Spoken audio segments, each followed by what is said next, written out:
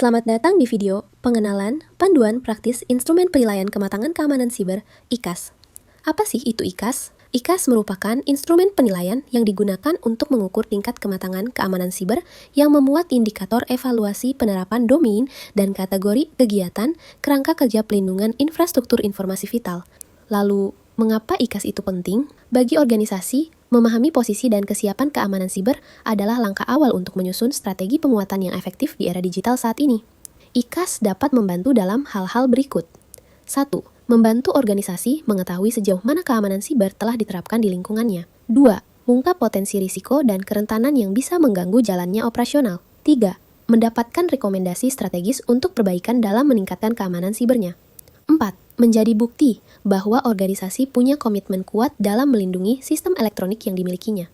Instrumen IKAS memiliki 4 domain, yaitu identifikasi, dengan bobot 20%-25%, berfokus pada upaya organisasi memahami apa yang perlu dilindungi dan siapa yang bertanggung jawab. Proteksi, dengan bobot 30%-35%, menilai sejauh mana organisasi melindungi sistem dan data dari akses tidak sah atau gangguan. Deteksi, dengan bobot 20%-25%, menilai kemampuan organisasi dalam mendeteksi insiden atau aktivitas mencurigakan secara cepat.